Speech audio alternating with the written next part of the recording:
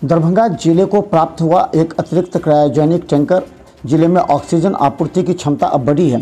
जिला प्रशासन के द्वारा लगातार समन्वय प्रयास से दरभंगा जिले के कामफेड से एक अतिरिक्त क्रायोजेनिक टैंकर प्राप्त हुआ है।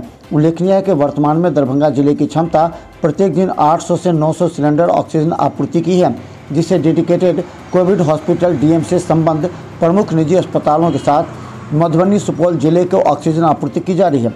दरभंगा जिले में अवस्थित ऑक्सीजन गैस प्लांट की क्षमता प्रत्येक दिन 200 से 300 सिलेंडर ऑक्सीजन उत्पादन की है, जिसे देखते हुए दरभंगा डीएम में अतिरिक्त टैंकर बोकारो से उपलब्ध कराने की मांग की गई थी। आज दरभंगा के लिए एक एकत्रित क्रायोजेनिक टैंकर प्राप्त हुआ है, जिससे बोकारो से 10 टन लिक्विड मेडिकल ऑक्सीजन अतिरिक्त लाया जा सकेगा। इससे दरभंगा में ऑक्सीजन की आपूर्ति बढ़ेगी। कोरोना के दौरान मनरेगा बना मजदूरों का सहारा। मास्टर रोल सृजन में दरभंगा है सूबे में अव्वल। दरभंगा में एक मजदूर दिवस के मौके पर मनरेगा योजना के तहत कोविड-19 कोरोना महामारी के दौरान अन्य राज्यों से वापस अपने जिले लौटने वाले सर्वाधिक मजदूरों को जॉब कार्ड दिया गया है। खासकर कोविड-19 महामारी के दौरान काफ़ी लोगों को काम दिया गया है। प्रदेश से वापस आए मजदूरों को दरभंगा के प्रखंड क्षेत्र के विभिन्न गांव में नहर उड़ाही, सड़क निर्माण, बांध की मरम्मत, खेतों की मिट्टी काटकर तालाब का निर्माण, पशु शेड आदि का निर्माण मनरेगा से कराया जा रहा है। उल्लेखनीय है कि 2021-22 में कुल 1535 परिवारों एवं 2587 व्यक्तियों के नाम जॉब कार्ड से जोड़े गए हैं। दरभंगा डीएमसीएच के आइसोलेशन में लगातार मांग की जा रही थी कि सीसीटीवी कैमरे लगाए जाएं, तो आइसोलेशन के मेन गेट पर काउंटर पर ही लगाया गया है सीसीटीवी कैमरा, जिसकी निगरानी के लिए वहां पुलिसकर्मियों एवं वहां एक व्यक्ति की नियुक्ति की गई है, ताकि वो सीसीटीवी कैमरे पर नज़र रखें। गौरतलब है कि जिला प्रशासन पर लगातार आरोप लग रहे थे कि वहां सीसीटीवी नहीं रहने से मरीजों की परेशानी हो रही है, इसे लेकर सीसीटीवी लगाया गया है। दरभंगा डीएमसीएच के इमरजेंसी के फ्लू कॉर्नर में 55 लोगों की जांच की गई। एंटीजन जांच में 29 कोरोना पॉजिटिव पाए गए हैं, जबकि 6 इमरजेंसी में इलाज कराने वाले हैं। कहा जाता है कि हेल्थ मैनेजर ने बताया कि आज बीएमपी एवं नर्स भी कई पॉजिटिव हैं। इसके अलावा इमरजेंसी में आज 3 मरीज की मौत हुई है और एक लावारिस लाश भी वहां पाए गए हैं। दरभंगा डीएमसीएच के आइसोलेशन में बने हुए नए आईसीयू की स्थिति एक बार फिर दयनीय हो गई है। कहा जाता है कि एक दिन पहले ड्राई रन में एक महिला मरीज को आईसीयू में भर्ती कराया गया था, जिसका इलाज प्रारंभ किया गया था, लेकिन आईसीयू में ऑक्सीजन सप्लाई नहीं होने के कारण वापस उस महिला को पुराने कोरोना आईसीयू में भर्ती कराया गया है। अगर हेल्थ मैनेजर की माने तो ऑक्सीजन की कमी की वजह से नया आईसीयू अभी तक प्रारंभ नहीं हुआ है। कोरोना महामारी के बढ़ते खतरे को देख करके जिला प्रशासन के आदेशानुसार नगर निगम के द्वारा राजेंद्र मार्केट लहरियासराय में फल एवं सब्जी विक्रेताओं के लिए यह रास्ता बंद कर दिया गया है और कहा गया है कि अभी 3 दिन सभी नेहरू स्टेडियम में ही जाकर अपने दुकान को लगा सकते हैं और वहां ग्राहक आएंगे। इस मार्केट के चारों रास्ते को जिला प्रशासन के द्वारा बांस बल्ले से बंद कर दिया गया है।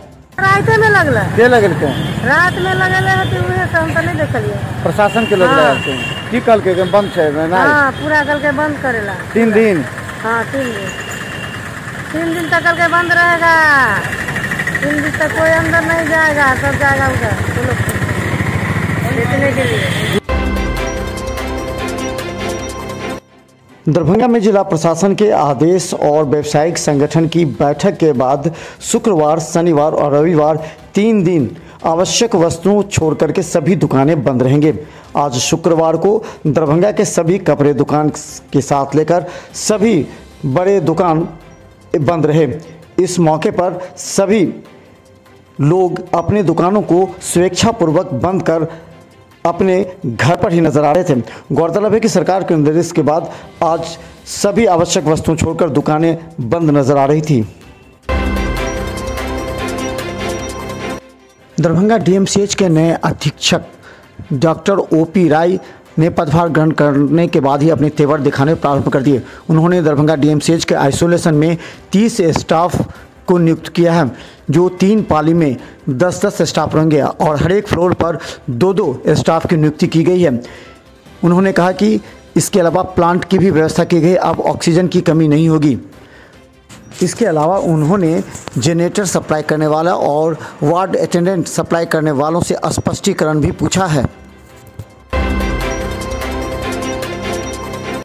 दरभंगा डीएमसीएच के आइसोलेशन में परिजनों के बढ़ते दबाव और हंगामे के बीच दरभंगा के डीडीसी तनेश सुल्तानिया ने निरीक्षण करने के बाद कहा कि डीएमसीएच के आइसोलेशन में 76 सिलेंडर मौजूद हैं। उन्होंने कहा कि सभी मरीज के परिजनों को भी इसके लिए अलर्ट रहने को कहा गया है और मरीजों को एक एक्स्ट्रा ऑक्सीजन सिलेंडर उनके बेड के पास रखा गया है, ताकि अगर रात में उनका ऑक्सीजन सिलेंडर कम होता है तो वो नए सिलेंडर का इस्तेमाल कर सकते हैं। ऑक्सीजन को लेकर अभी फ़िलहाल कोई किसी तरह की शॉर्टेज नहीं है।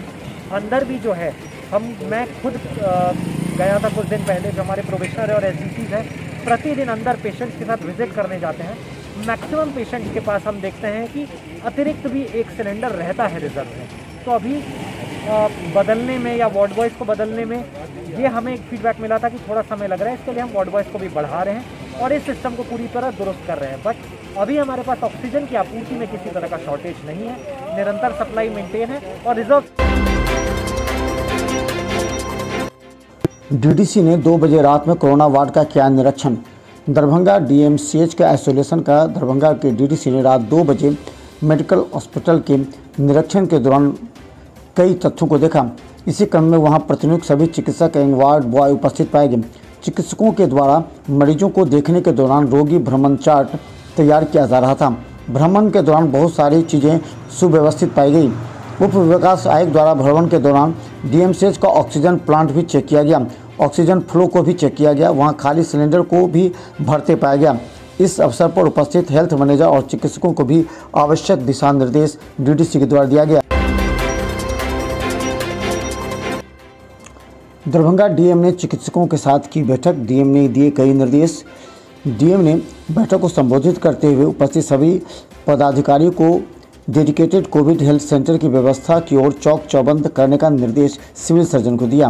उन्होंने सभी संबंधित पदाधिकारी को पालीवार रोस्टर बनाने के कार्य करने का सख्त निर्देश दिए हैं। साथ ही उन्होंने कहा कि चिकित्सक, पैरामेडिकल स्टाफ एवं एएनएम की उपस्थिति 100% होनी चाहिए। साथ ही जिलाधिकारी द्वारा सिविल सर्जन को वहां प्रतिनियुक्त कर्मियों के अलावा प्रशिक्षित जीएनएम, एएनएम, पैरामेडिकल स्टाफ की संख्या और बढ़ाने का निर्देश दिया। दवा की कोई कमी नहीं होनी चाहिए। मरीजों के लिए ऑक्सीजन आपूर्ति का भी उन्होंने निर्देश दिया है।